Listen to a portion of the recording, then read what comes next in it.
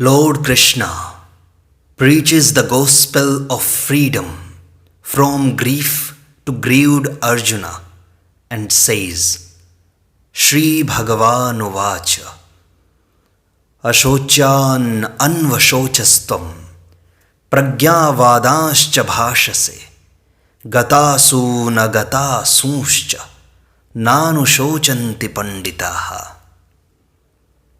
Arjuna, you grieve for those who should not be grieved at, yet speak as if a man of wisdom. The wise grieve neither for the living nor for the dead. A man is grieved when he classifies objects and persons into two divisions, one's own and not one's own, such as our kinsmen and not our kinsmen, of our caste and not of our caste, of our stage of life and not of our stage of life, our followers and not our followers. We have a sense of mine, attachment, love, and desire for those who we regard as ours. Through these, a sense of mine and desire, etc., falls such as grief, worry, fear, perturbation, commotion, and strain, etc., arise. The root of all fruits is a sense of mine and desire, etc. This is a rule. At the beginning of the Srimad Bhagavad Gita, Dhritarashtra asked, What did my sons and the sons of Pandu do? It shows his partiality towards his own sons and attachment for them, though the Pandavas regarded him more than their father. Arjuna also developed the same attachment, but he had no partiality.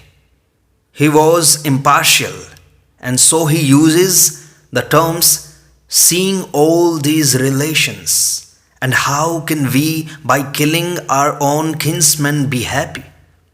It means that Arjuna had attachment for the Kuru family, and because of possibility of destruction of the family, he was grieved. To remove this grief, Lord Krishna preaches the gospel of the Gita, which begins with this 11th verse of the second chapter. In the end, Lord Krishna declares that there is no justification for him to grieve, and he should take refuge in him alone and not grieve. Grieve not.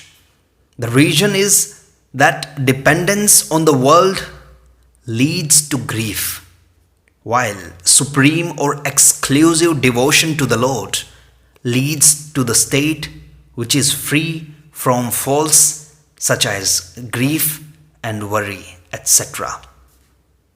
Asochan anvashochastvam.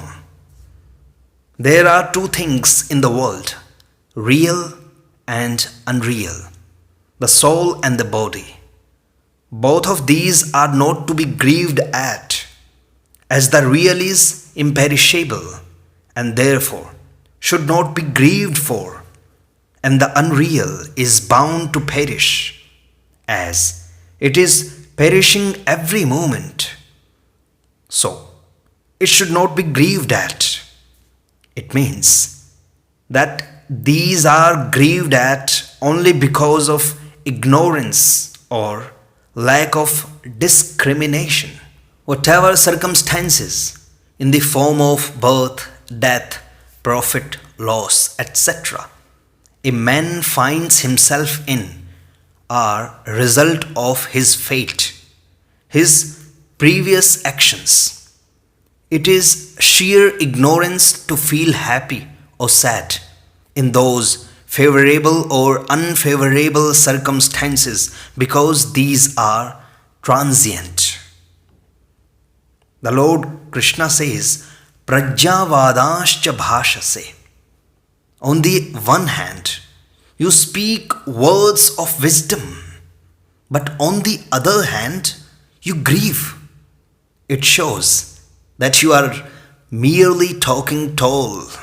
Actually, you are not wise, because the wise do not grieve for anyone. You also say that with the destructions of a family, its age old traditions disappear.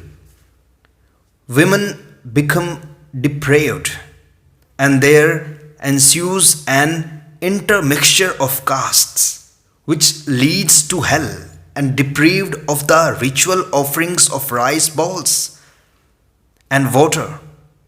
Their manes also fall. These words, as of the wise, also prove that a body is perishable, while the soul is imperishable. Had the soul not been imperishable, how could you have feared the fall of the killers and members of the family?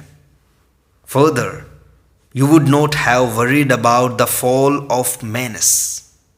Your worry and fear prove that a body is perishable while its master, the soul, is eternal. So it is not right to grieve for them. Lord Krishna says, Gata soon agata soonscha. It is out of ignorance that you grieve for the bodies, because these will all perish. You should not lament for them. Such grief is a mistake. It is also a great mistake to grieve for those who are dead, because they suffer torture. If their people grieve for them, the departing soul has to drink and eat the tears and flame shed by people here. Similarly, we should not grieve or worry for those who are living, because grief does not help them in any way. We should rather care for and help them. Arjuna's limbs were giving way, and his mouth was getting parched. The root of such feelings is his identity with the body. Such identity creates affinity for those who nurse this body.